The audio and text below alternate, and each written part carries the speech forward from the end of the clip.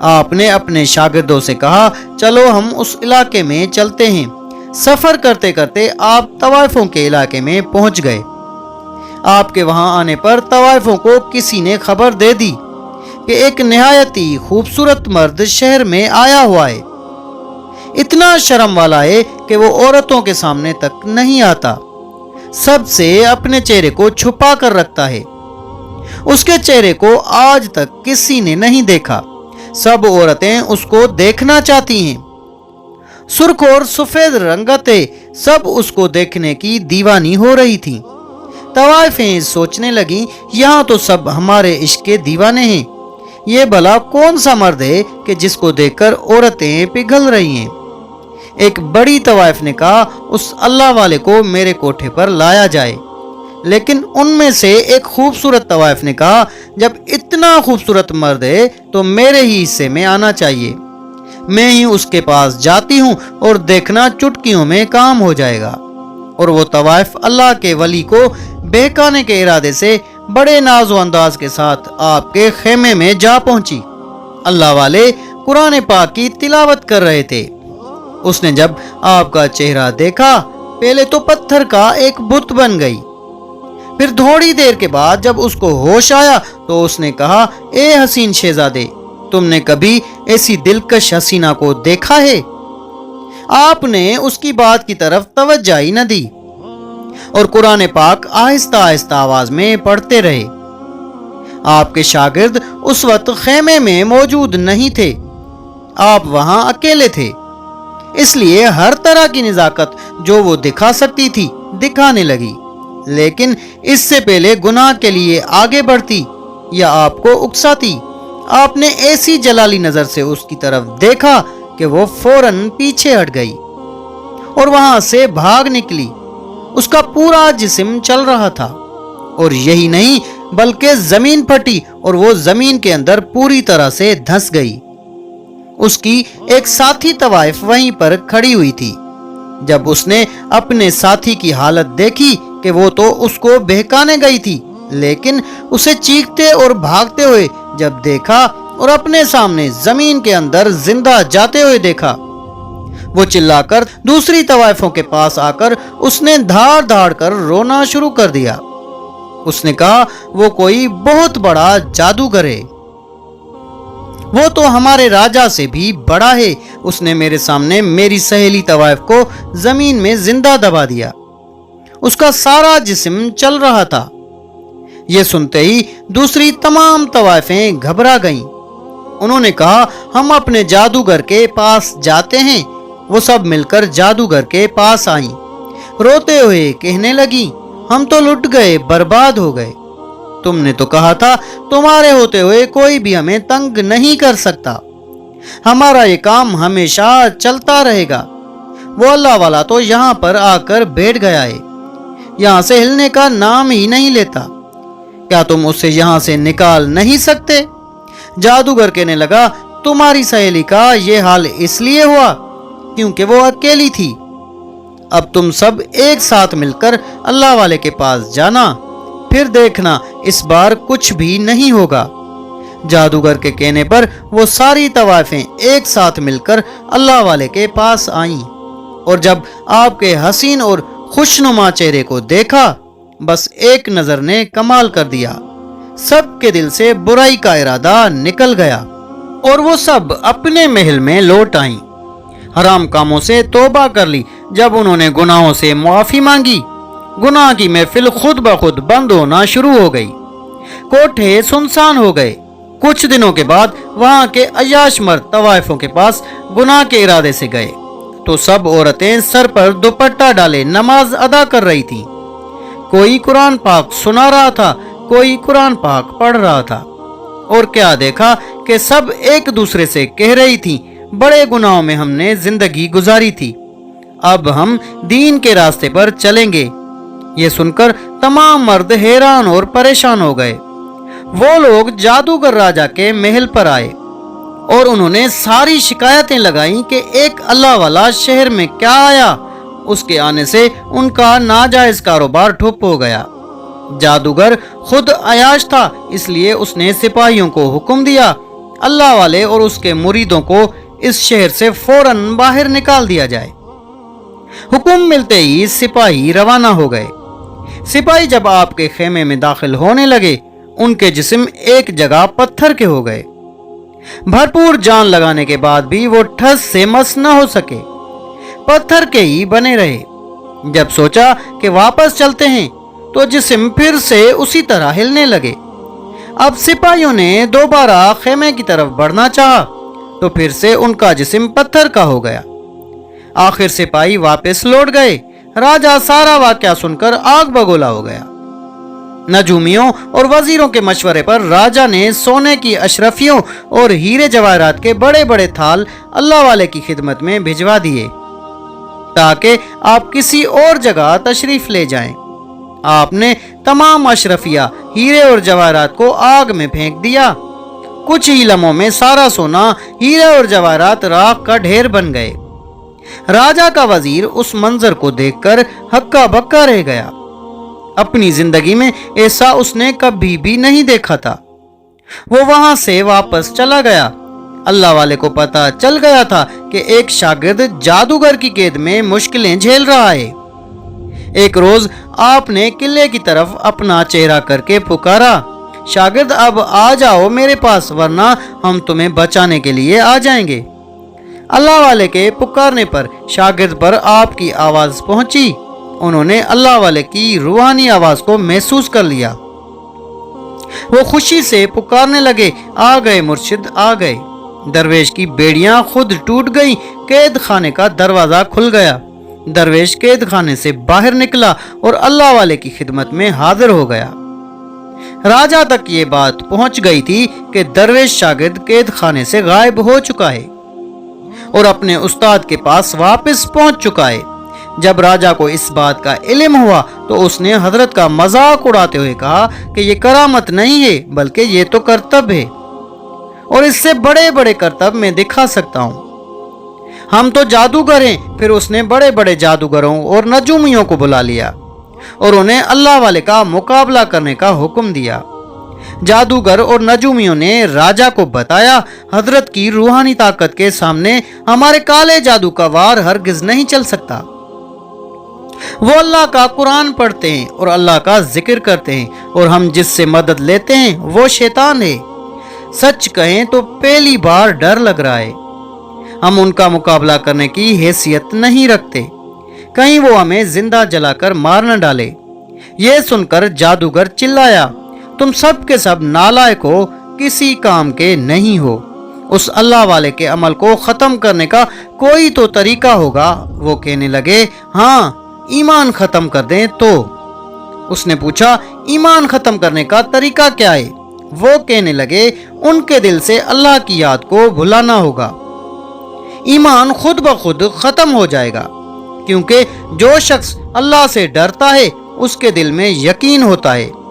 میں نے اس اللہ والے کی وہ طاقت دیکھی ہے، میں سر سے پاؤں تک کانپ رہا ہوں۔ جادوگر بولا، تم یہاں پر میری طرفداری کر رہے ہو یا اس شخص کی؟ جلدی بتاؤ، مجھے اس انسان کو مارنا ہے۔ راجہ سے ڈر کر ایک جادوگر بولا، اس اللہ والے کی روحانی طاقت کو ختم کرنے کا ایک ہی طریقہ ہے، کسی طرح ان کے پیٹ میں حرام کا لقمہ پہنچ جائے۔ یہ بات سن کر راجہ جادوگر کے دل کو اطمینان آیا تھا۔ اس نے کہا، میں تو یقین کرتا ہوں کہ اس بار اس اللہ والے کا خاتمہ ہو ہی جائے گا۔ جادوگر نے پوچھا، لیکن کس طرح ان کے پیٹ میں حرام کا لقمہ آخر کیسے پہنچے گا؟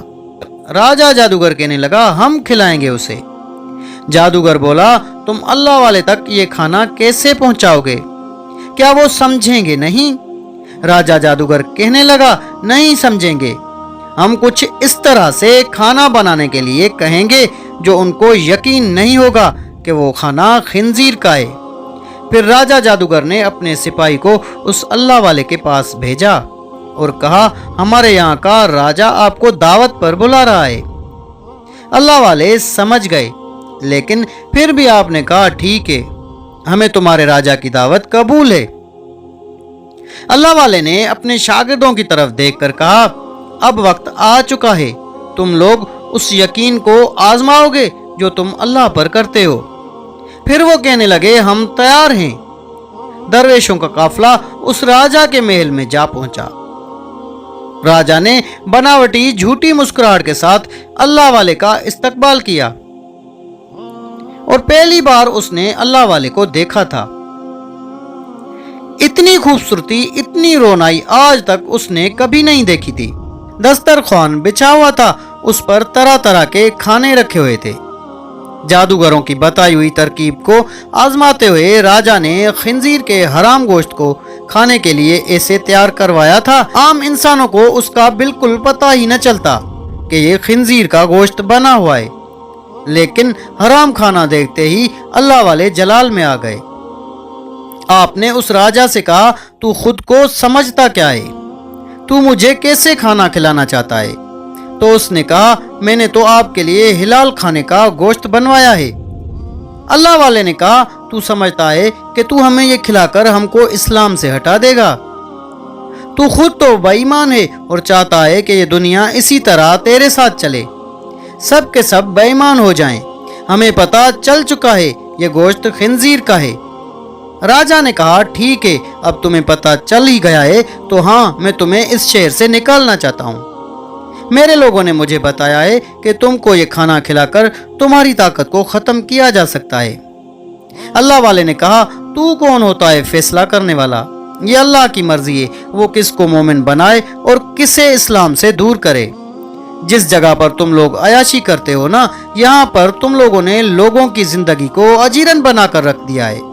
اگر وہ عورتیں طوائف نہ رہیں اور اللہ کے قریب ہو گئیں تو تمہیں پریشانی کیا ہے؟ میرے جانے سے کیا وہ پھر سے برائی کے راستے پر چل پڑیں گی؟ جادوگر نے کہا ہاں میرے اندر وہ طاقت ہے، میں ان کو پھر سے طوائف زادیاں بنا سکتا ہوں۔ وہ میرے پیسے کھاتی ہیں، وہ تیرا پیسہ نہیں کھاتی ہیں۔ اللہ والے نے کہا اب اللہ کا دیا کھاتی ہیں، تیرا دیا نہیں کھاتی۔ اس راجا نے کہا تو ٹھیک ہے، میں ایک ہی جھٹکے میں ان کا محل ابھی ختم کر دوں گا۔ اللہ والے بولے اس سے پہلے کہ تو محلوں کو گرائے، میرا خدا تیرا وہ حال کرے گا کہ تو بچ نہ سکے گا۔ پھر آپ نے یہ کہہ کر حرام کھانا الٹ دیا اور کہا اس اللہ کے نافرمان کی تقدیر میں ہلاکت اور بربادی لکھی جا چکی ہے، اسے اللہ کے سوا کوئی نہیں ٹال سکتا۔ بہت چاہا تھا کہ میں اس کو اسلام کی طرف لے آؤں، لیکن اس نے جو ہمیں حرام کھانا کھلانے کی کوشش کی، اب یہ نہیں بچ سکتا۔ باقی یا اللہ تیری مرضی ہے۔ جیسے ہی آپ نے حرام کھانا الٹا، اس کے ساتھ ہی زمین ہلنے لگی، سب گرنے لگے اور راجا کا مضبوط محل بھی الٹ گیا۔ جو بھی وہاں پر جس خراب نیت کے ساتھ کھڑا تھا وہ بھی الٹ گیا، وہ جادوگر ہوں چاہے وہ راجا ہو، چاہے وہ امیر دولت مند لوگ ہوں، چاہے وہاں کے نجومی ہوں جن کو اس وقت جادوگر نے وہاں تماشا دکھانے کے لیے جمع کیا تھا کہ آج تم میری طاقت کو دیکھنا، لیکن اس نے رب کی طاقت کو دیکھ لیا۔ مضبوط محل الٹ گیا اور وہ اس کے ساتھی اس میں دب گئے، لیکن اللہ والے اور ان کے ساتھیوں کو ایک خروچ تک نہیں آئی۔ یوں اس علاقے کے عوام کو ایک ظالم اور عیاش راجا سے نجات مل گئی۔